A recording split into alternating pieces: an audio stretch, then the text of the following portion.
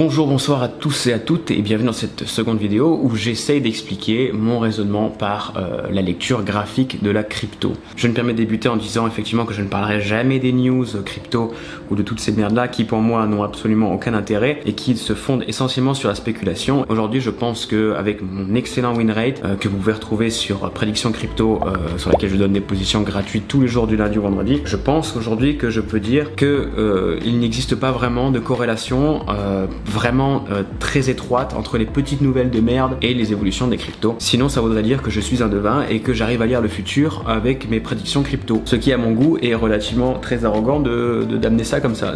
Personnellement moi j'utilise le Fold parce que ça me permet d'avoir d'un côté un écran du graphique et de l'autre mon compte de trading et de pouvoir réagir très rapidement avec les deux fenêtres ouvertes. Encore une fois c'est parce que je fais ça depuis des années et maintenant ça me prend 5 minutes pour lire un graphique plutôt que ça me prenait 3h30 avant de comprendre où est-ce qu'on en était.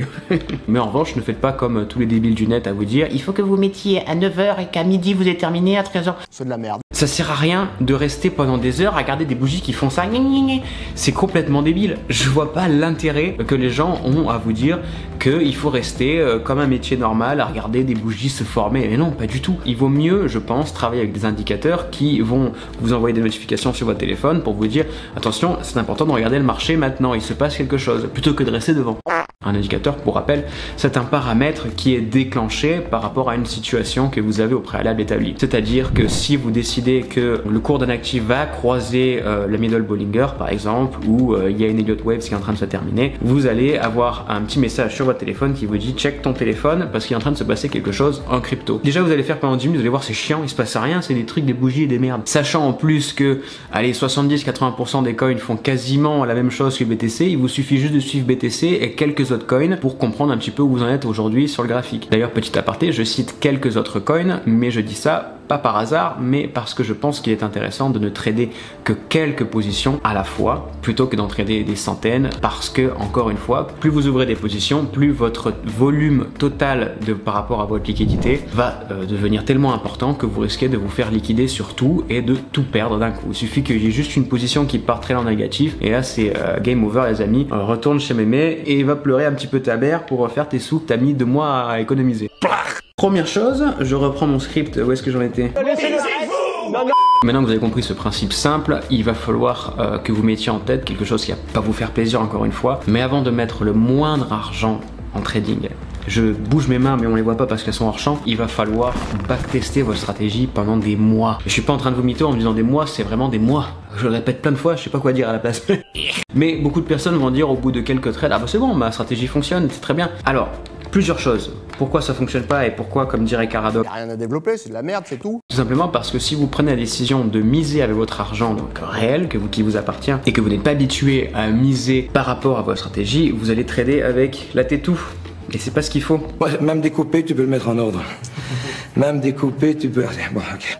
En plus de ça, c'est facile de trader quand ce n'est pas du vrai argent évidemment, donc ça c'est un petit peu simple, mais c'est encore plus simple de trader, et c'est ce que je déteste dans toutes les chaînes YouTube, quand on vous met un graphique de ce qui s'est passé il y a 6 mois en arrière, et que vous savez déjà ce qui va se passer. Donc oui, vous pouvez très bien appliquer n'importe quelle stratégie par rapport à quelque chose qui s'est déjà produit, c'est évident. En temps réel, quand un graphique se trace, là il y a une autre notion, le stress. Stress qui fait partie intégrante du trading malheureusement, et qui vous fait faire n'importe quoi, vous retrouver à prendre des positions qui sont totalement ubuesques et qui vous font perdre des sommes folles, et ce n'est pas la solution, encore moins pour les débutants. Vraiment backtester votre stratégie, vous faites un petit Excel des familles, vous mettez la date à laquelle vous prenez des trades, à quel moment, et vous mettez surtout s'ils sont gagnants ou perdants. S'ils sont gagnants, Hamdoullah, tant mieux, et s'ils sont perdants, en revanche, il va falloir que vous mettiez une petite annotation et que vous mettiez pourquoi ils sont perdants. Chose que j'ai déjà abordée dans la première vidéo, ce n'est pas très intéressant d'apporter des patchs correctifs de partout, toujours sur votre stratégie. Si un cours de marché fait ça et que c'est négatif et vous dites putain, qu'est-ce, pourtant j'étais persuadé d'avoir compris et tout, il faut comprendre que les pertes font partie intégrante du trading. Vous ne pouvez pas gagner à 100%. Il n'existe pas forcément des trades qui vont être perdants, qui ne vont pas suivre votre démarche. On n'a rien à foutre parce que nous, ce qui nous intéresse, c'est d'avoir un win rate qui soit relativement positif sur du long terme. Si on en perd, bah tant pis, c'est le jeu, pas pour plus 7. C'est le jeu, mais pour plus 7. J'ai plus suivi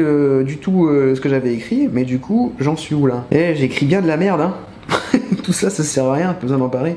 C'est nul! Il faut que vous admettiez que l'argent que vous avez sur votre compte est déjà perdu. C'est-à-dire que vous avez mis 2000 $, admettons, sur un compte tierce de futur perpétuel. Si vous faites de l'argent, tant mieux, mais si vous en faites pas et que vous perdez ces 2000 €, bah et voilà, il faut pas non plus vous en vouloir au stade de dire oh, je suis une merde, j'aurais jamais dû mettre en crypto, je suis un connard. Non, il faut que vous relativisiez et vous dire plutôt bon bah écoute, j'ai fait des erreurs, j'essaie de comprendre pourquoi j'ai fait des erreurs plutôt que d'abandonner bêtement. Pour les très débutants, je pense n'est pas intéressant d'en parler de trading autour de vous, de parler à vos parents de trading, de parler à vos amis de trading, parce que le trading, si vous voulez, c'est une connaissance un petit peu à part qui fait que chacun a son point de vue sur le milieu, et d'autres vont vous dire non mais en fait il a rien compris en crypto, c'est pas du tout comme ça, il faut plutôt suivre le cours de Protecoin qui augmente, et là je préfère faire un x 150 000 plutôt que de faire 20 € par jour, c'est de la merde. Donc chacun a son idée du fondement de comment fonctionne la crypto, mais je pense que sur du long terme, si vous voulez être un trader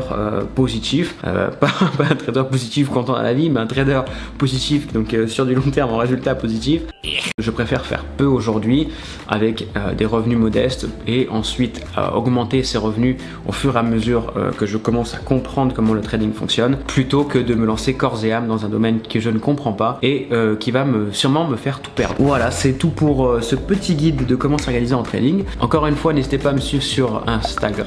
Pour l'instant, vous n'avez aucune clé en main vraiment pour comprendre comment je trade, mais vous avez quand même gratos 2 à 3 positions par jour. Ça me fait plaisir du lundi au vendredi de vous donner ça, mais moi de mon côté, ça me permet d'être plus légitime dans ce monde de la crypto qui est rempli de rats. Enculé, tapette, PD, tarlouse, etc. etc. Voilà, je pense que c'est plutôt bien résumé. Je vous fais un gros bec les amis et je vous dis à très bientôt pour la prochaine vidéo qui sera pour le coup fondée sur la lecture graphique, et là on rentre vraiment dans le vif du sujet. Ciao les amis.